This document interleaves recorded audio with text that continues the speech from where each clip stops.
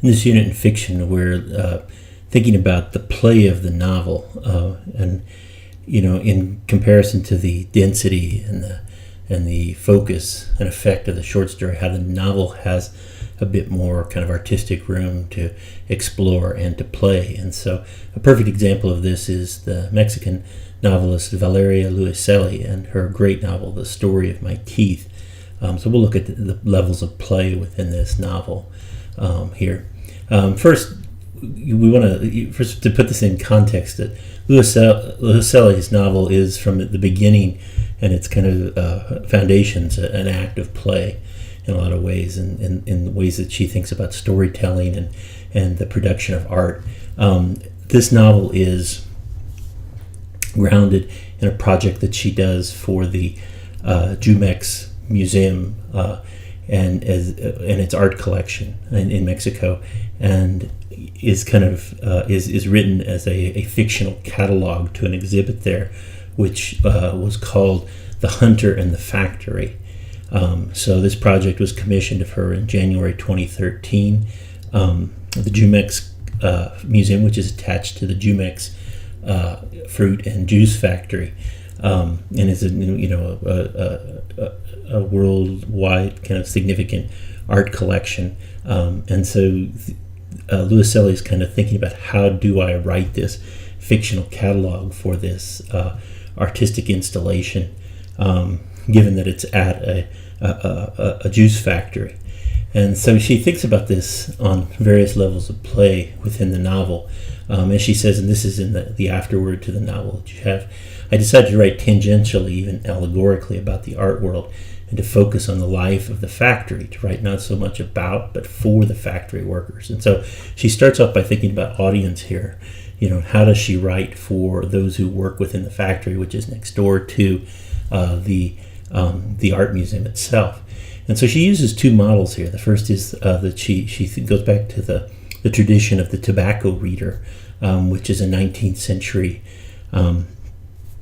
development, where in Cuban cigar factories, cigar rollers would work, in kind of in a very kind of slow, tedious way, and they would have someone read to them while they worked, and so you had a reader there. And so Luiselli thinks about, how does storytelling and work kind of perhaps fit together in some ways. Her second, model for this is the serial novel, which develops in the 19th century in Europe. Novels that are told in pieces. So kind of much like an episode of a series that you stream or download. And so she's going to tell the story in installments.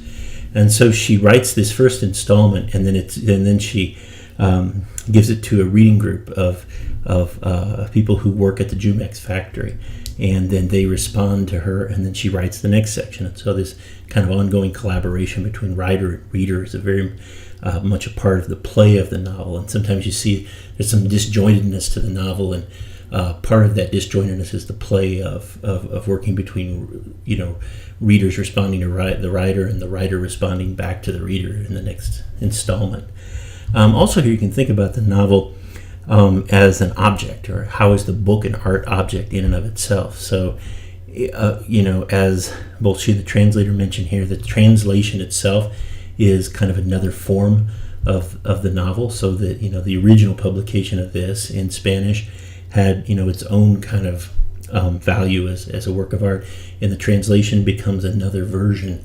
It's not exactly the same as the Spanish original, but in what ways does the translation itself become its own book and its own artistic work?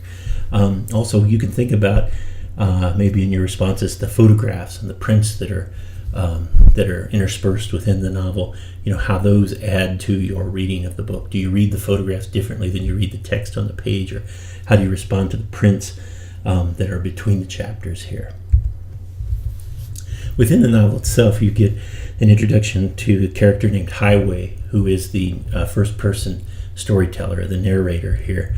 And how you measure his voice is an interesting part of the play of the novel as well. Do you consider Highway to be a reliable narrator or not? From the very beginning of page 5, he says, "My name is Gustavo Sanchez, though people call me Highway."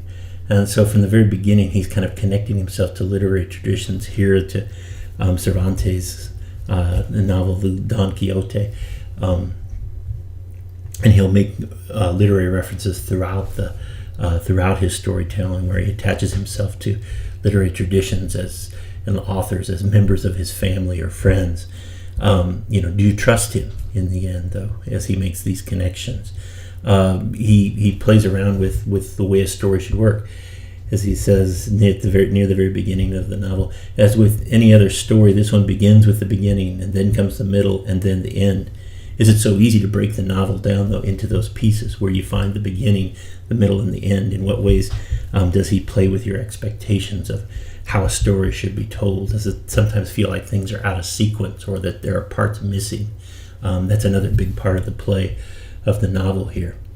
As I noted before, like how reliable he is, is an important part of the story itself as well. How do you read his identity as an auctioneer here? Do you feel like sometimes he's selling you something as the reader? Is he selling you some version of himself or some version of his story?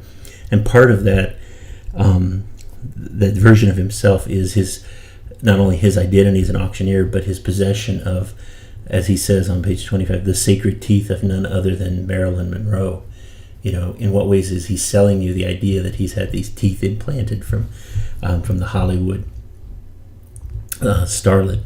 And in what ways is he trying to sell himself that the teeth that he has are actually from Monroe herself? And there's some interesting play in the middle of the novel when he goes into the museum and narrates that, and as he views an exhibit which involves his son, and his sense of horror in the presence of a clown. If you read through that section, think about the play there, and the play that ordinarily arises within a horror story, and how that possibly reshapes him and his voice for you as reader.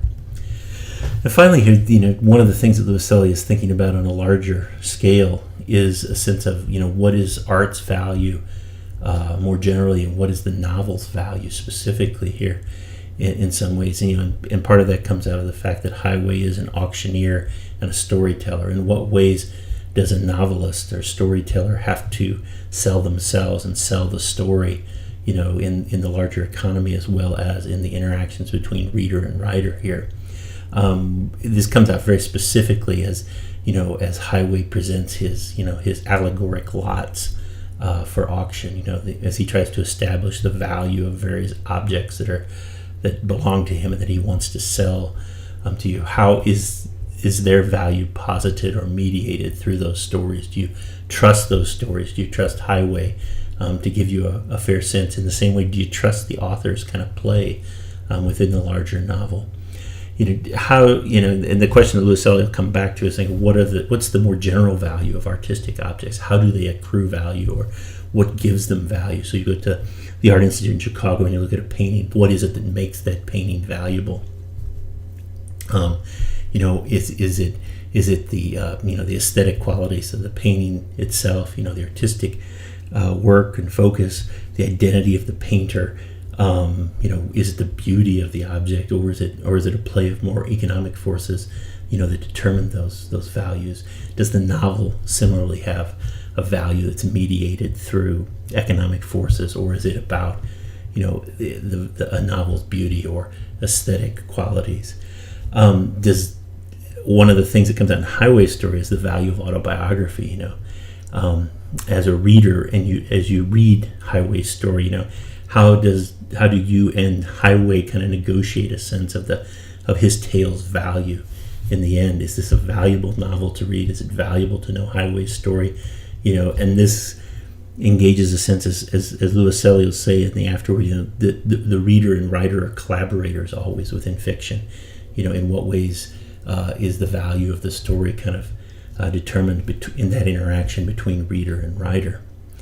And finally, the sense of how stories develop value is one of the aspects of play here as well. Highway's play, as he'll say in the middle of the novel, it's a part of the story, as he begins another section, that seems to start folding over on itself, so that I become confused and agitated and lose my way. What happens when the storyteller himself or herself loses control of the story? If the author gives up, autonomy in the story, or the author gives up full control of the story and hands it over to the readers, and has the reader, a group of readers who are workers at the Jumex factory, kind of critique and give their comments back so that the writer can begin the next section. In what ways does that impact the story's value, perhaps, for you as reader? So all these levels of play are at work here, and so it'd be interesting to hear your comments on these as we kind of rethink the novel's kind of room for play and narration.